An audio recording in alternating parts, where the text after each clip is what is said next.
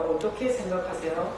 우리가 사는 이 세상은 착하고 의롭고 이러면 잘 살 수 있는 세상이에요? 손해를 보는 세상이에요? 어떻게 생각하세요? 자, 상식적으로 착하고 의롭게 이렇게 살면 대접받아야 돼요. 그죠? 존경받아야 되고, 그리고 성공해야 되고, 그리고 어디 가서든지 그 이름이 높아지고, 이렇게 세상이 그래야 정상이에요. 근데 우리가 사는 세상은 착하거나 의롭거나 이러면은 망하는 구조가 되게 심해요.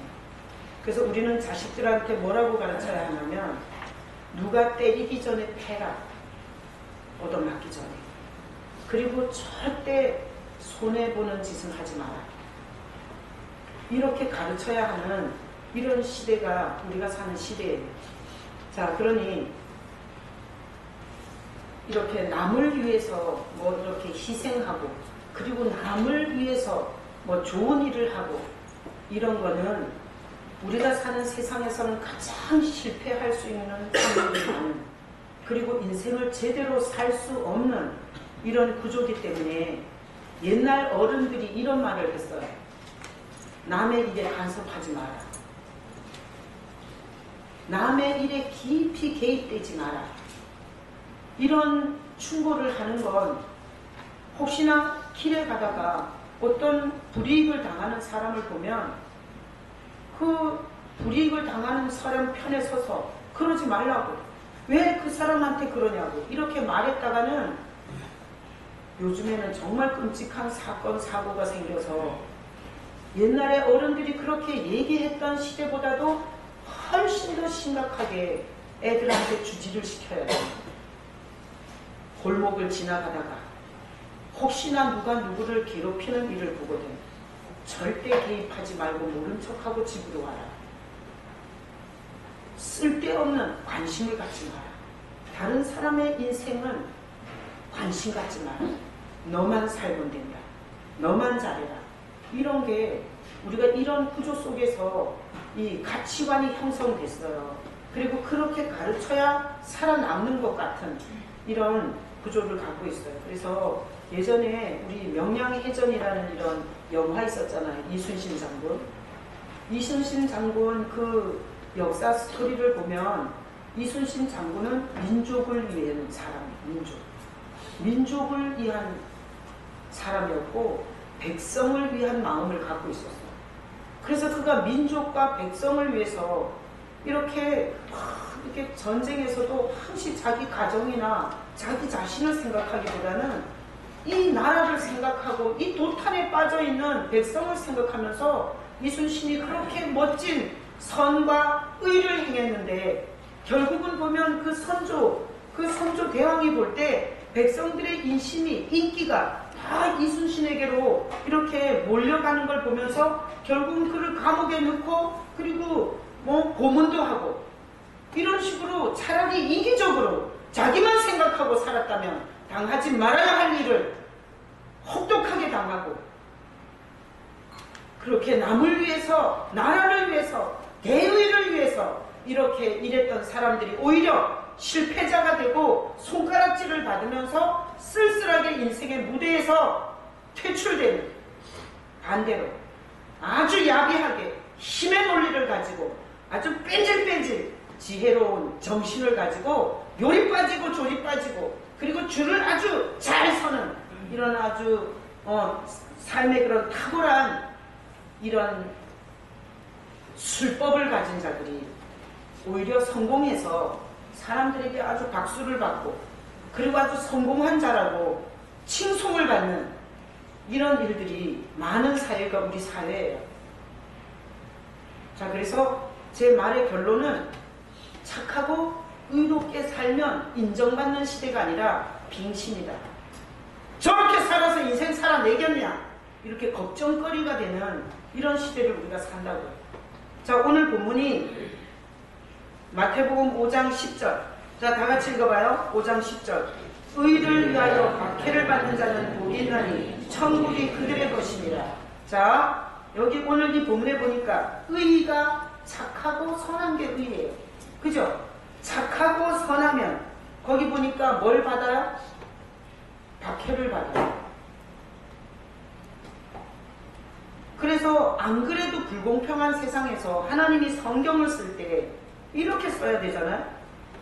의를 위해서 살면 전혀 박해를 받지 않는다. 의를 위해서 살면, 착하고 선하게 살면 절대 불이익을 당하지 않는다. 왜? 하나님이 지켜줄 거니까.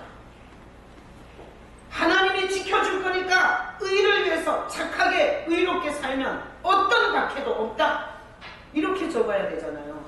그런데 오늘 본문은 착하고 선하게 살면 박해를 받는데, 그러면서 그게 복이고 천국이 그들의 것이래요.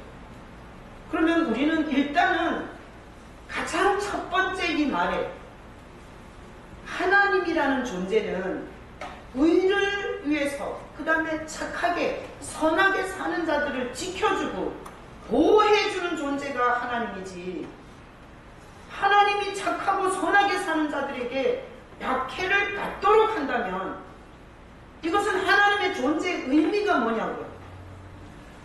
그죠? 그래서 하여튼 도둑질 하다가 교도소에 간 거는 억울하지 않아요. 사람을 죽이고 사형수가 되는 거는 불쌍하지 않아요. 잘못한 불의 때문에 혹독한 인생을 사는 거, 이런 거는 당연한 거예요.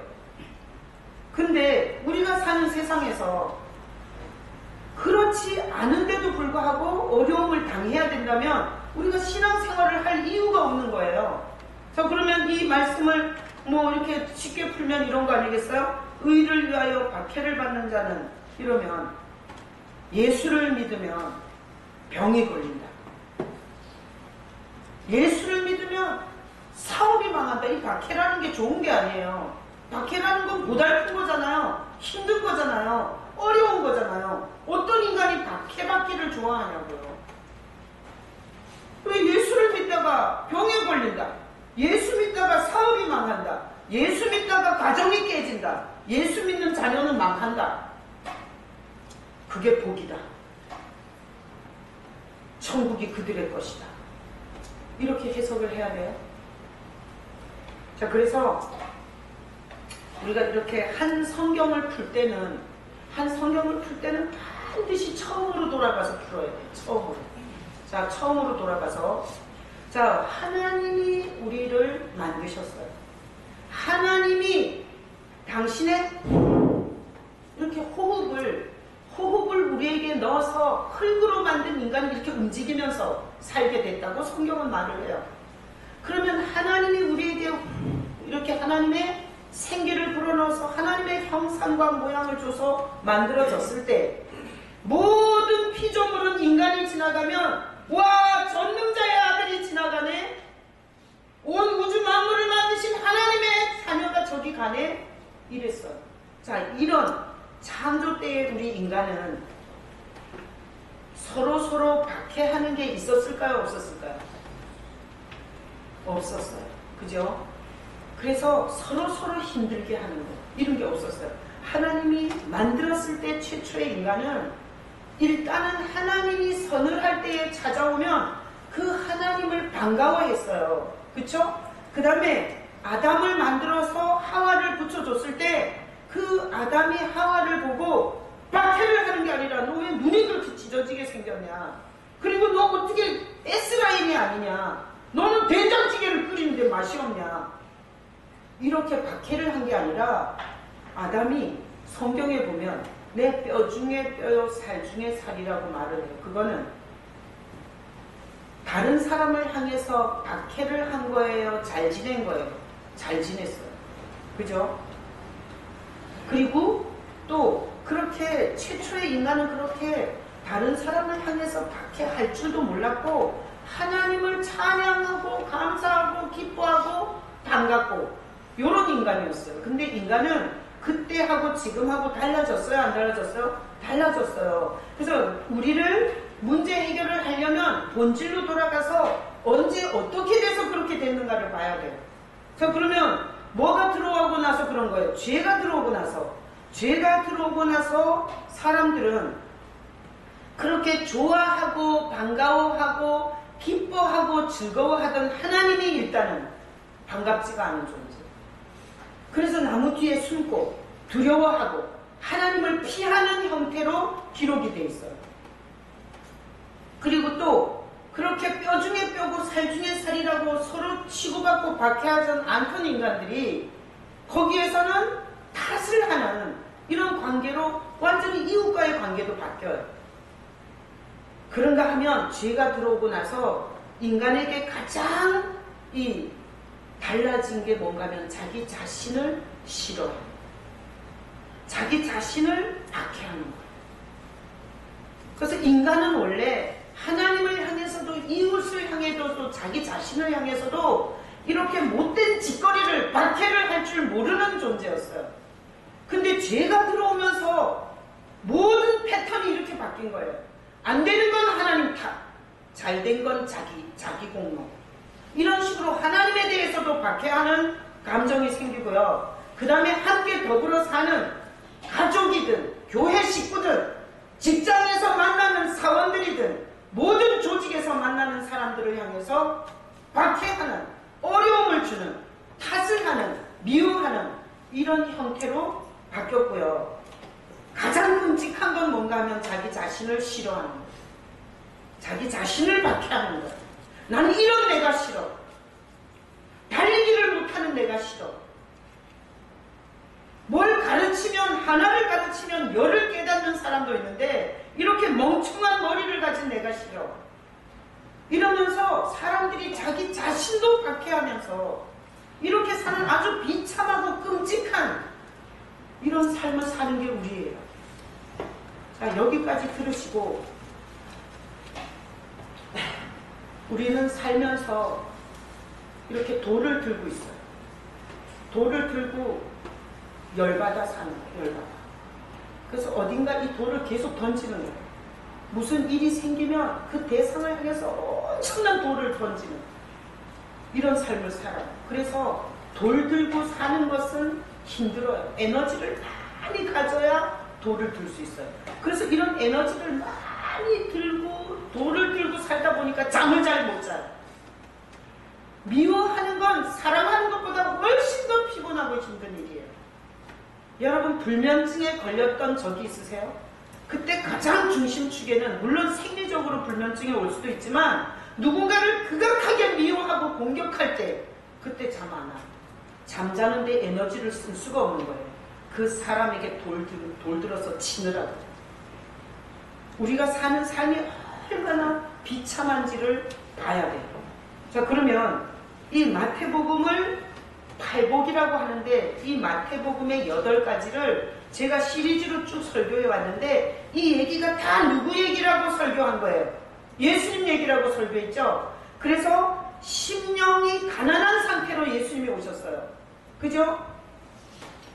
그리고 죄인들을, 그 죄 짓고 사는 인간들을 보면서 엄청 애통한 눈물을 가지고 주님이 오셔서 그 눈물을 가지고 울고 있는 자들을 위로하는, 그 다음에 예수님은 온유한 분으로 오셔서 죄인까지도 온유하게 대해주시는, 창녀까지도 온유하게 대해주시는 이런 예수님에 대해서 설교를 했어요. 그리고 예수님이 사람들에게 의를 주고 싶어서, 자기가 의를 가져와서 사람들에게 의를 주고 싶어서 목말랐어요. 그래서 자기에게 오라 그랬어. 근데 바리새인과 종교 지도자들이 나는 착하다 이거야.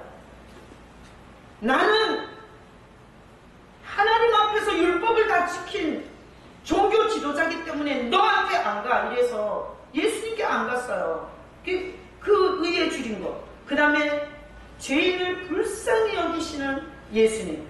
그 다음에 마음이 죄가 없이 깨끗하셔서 하나님과 함께 있으면서 그 하나님을 우리에게 전해주시는 그 예수님을 마음이 청결한 자, 화평한 자, 하나님과 우리 사이에 절대 예수 없이는 화평할 수가 없어요. 아무리 큰 교회를 하는 목사라도, 그리고 어렸을 때부터 모태신앙이어도 하나님과 나 사이에 예수님이 없으면 하나님과 나의 관계는 화평한 관계가 아니에요.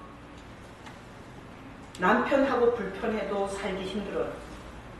교회를 다니는데 목회자하고 삐뚤어져도 살기 힘들어요. 회사를 다니는데 사장하고 삐뚤어져도 살기 힘들어요. 그런데 온 우주 만물을 통치하는 하나님과 삐뚤어져 있을 때 그 인생이 얼마나 고달프겠어요. 예수님은 그 우주 만물을 통치하는 하나님과 편안하고 좋은 관계를 만들어 주시는 화평케 하시는 분이라고 들었어요. 오늘 이 의를 위하여 박해를 받는 건 누구예요? 예수님이세요. 일단은 우리는 아니에요. 왜 그런가 하면 우리는 의로워요? 죄인이에요? 죄인이에요. 우리 일주일 동안 여러분 삶을 가서 볼 필요도 없이 제가 살아온 일주일 동안에도 이기적인 것과 탐욕과 그 다음에 기분과 감정으로 저는 많은 돌아보면 부족하고 쓰러진 죄를 많이 지었어요. 그러니까 우리는 일단 의인이 아니기 때문에 여기에 해당이 안 돼요. 자, 의를 위하여 박해를 받을 거라고 예수님이 말씀하신 거예요. 누가? 자기가. 다같이